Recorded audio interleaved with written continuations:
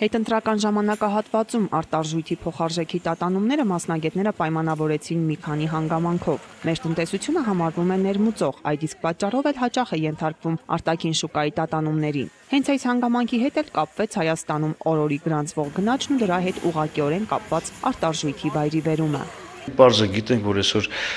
արտարժույթի եւ բոլոր գների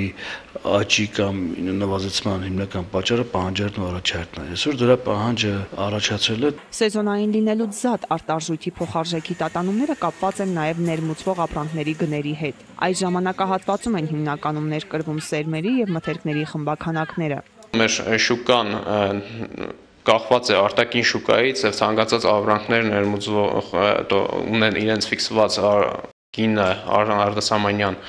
արժույթներով, մասնավորապես եվրոյով, ԱՄՆ դոլարով, այդ իսկ պատճառով ԱՄՆ-ի դոլարի արժևորումը կարող է իր հերթին բերել մի շարք ապրանքների թանկացում, որոնք որ ներկրում են արտասահմանից ԱՄՆ դոլարով։ Արտարժույթի փոխանակման կետերում էլ փոխարժեքի տատանման գործընթացն առավել պարզ ու մատչելի բնութագրվեց։ Եթե դրամի արժեքն ընկնում է, ուրեմն տնտեսությունն է թուլացել։ Բացի դրանից ազդեցիկ գործոններ են առաջարկն ու պահանջարկը։ Եթե արտարժույթը շատ է, ուրեմն ինքնսնկյա գների անգում կլինի։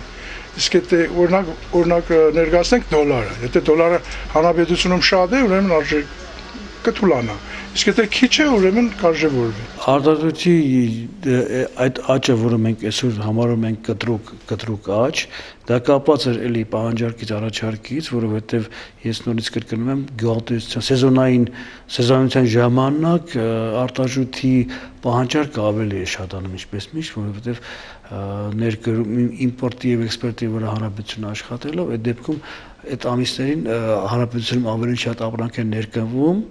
Թե ինչու արտարժույթի փոխարժեքի տատանումներն առավել ցայտուն ընդգրկվեցին հենց ընտրություններին հաջորդ փողոցերին, մասնագետները դժվարացան պատասխանել։ Պատասխանատուները միաժամանակ նշեցին, որ դրամ-դոլար փոխարժեքի տատանումը հավանաբար կկայունանա ամռան ամիսներին։ Պատասխանատուների վստահեցմանը հակառակ հունիսին կանխիկ արտարժույթի շուկայում դոլարն ավելի հակվեց բարձրանալու։ Դոլարի առքուվաճառքի փոխարժեքների առավել տարածված միջակայքը 417-ից 419 դրամներ։ Վերջին 5-6 տարիների ընթացքում սա նոր ռեկորդային սահմանագծի հատում էր։ Դոլարի նկատմամբ երկիրը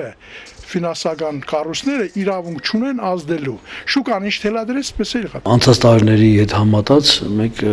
որոշում ենք, որ այս տարի այդպիսի արտարժույթի խիստ աճ չենք սպասելու։ Մոտավորապես այսօր ինչ որ կա 405-ի 411-ի սահմաններում մինչև տարվա վերջ։ Մյուս տարի երևի տարվա սկզբին երևի արդեն ակնկալվի թե ինչպիսի մենք արտարժութային աճ կամ նվազեցում կունենանք։ Անցյալ տարվա վրա մի փոքր աճ կա դրամական փոխանցումների ծավալների։ Արտարժույթային տատանումներին զուգընթաց բանկային համակարգի միջոցով մասնավոր տրանսֆերտների փոխանցումների ծավալը նախորդ տարվա համեմատ աճ գրանցեց։ Ցուցանիշը հատկապես նկատելի դարձավ վերջին եռամսյակում։ Մասնագետները տրանսֆերտների ծավալային փոփոխություն հիմնականում պայմանավորեցին արտագնա աշխատանքի մեկնողների թվի աճով։ Ստացվում են Ռուսաստանի դաշնությունից մոտավորապես 70-80%, իսկ մնացած գումարները դա Ամերիկայի Միացյալ Նահանգներ եւ եվրոպական երկրներ։ Մենք այսօր չմոռանանք, որ ունենք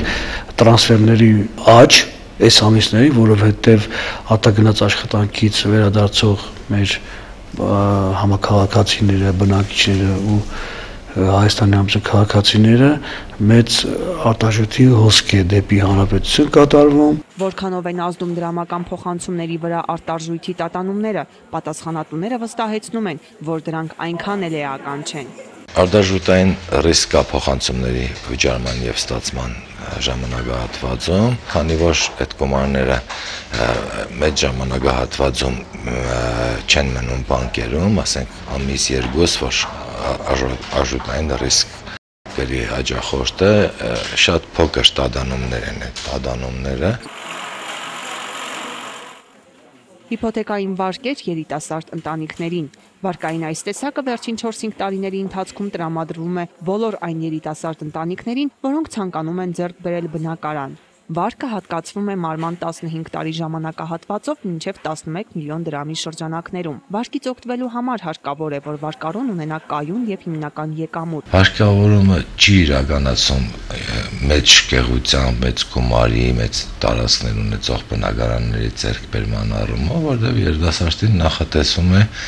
փոքրիկ, հարմարավետ նորմալ պայմաններ ունեցող բնակարան։ Մինչև 15 տարի մարման ժամկետով տրամադրվող հիփոթեկային վարկերն ըստ տնտեսագիտության դոկտոր պրոֆեսոր Աշոտ Մարկոսյանի հատկապես Շիրակի մարզի բնակչության համար բավականին թանկ են ու կարճաժամկետ։ Արտասահմանյան մի շարք երկրների համեմատությամբ այդօրինակ վարկերն առավել քիչ տոկոսադրույքով ու երկարաժամկետ են տրամադրվում։ Իսկ Շիրակի մարզը հանրապետության մյուս մարզերի համեմատ համարվում է աղքատ։ Մեծ գումար է պետք մեկ, եւ երկրորդ գումարի ձեռքբերումը կապված է բարձր տոկոսադրույքների հետ։ Այսինքն արդյունքում, երբ որ դուք վերադարձնելու եք ձեր պարտքը կամ հիփոթեկայի վարկը, ստացվում է մեծ գումար եւ նաեւ բարձր տոկոսներ։ Դիտեք, ասեմ, որ մեր հանրապետությունում այդ վերջի տոկոսադրույքի վերաբերյալ կենտրոնական բանկի խորհրդի որոշմամբ այն 8% է։ Ինչու է այդպես, բերեք դա չքննարկենք, բայց ես կարծում եմ, որ դա բավականաչափ բարձր տոկոսադրույք է։ Բնակարան երիտասարդներին վարկը տրամադրվում է 30% կանխավճարով, տարեկան 10.5% տոկոսադրույքով, 15 տարի մարման ժամկետով։ Պետությունը սուբսիդավորում է վարկի 4%-ը։ Նույնիսկ այն դեպքում, երբ պետությունը ձեռք է մեկնում երիտասարդ ընտանիքներին վարկի 4%-ի մարումն իր վրա վերցնելով, այնուամենայնիվ համատարած գործազրկության ու ցածր աշխատավարձի առկայության դեպքում հիփոթեկային վարկով բնակարան ունենալը ոչ բոլոր երիտասարդ ընտանիքներին է հասանելի։ Ալա Բաղդասարյան, Արթուր Մարգարյան, Ազդարար։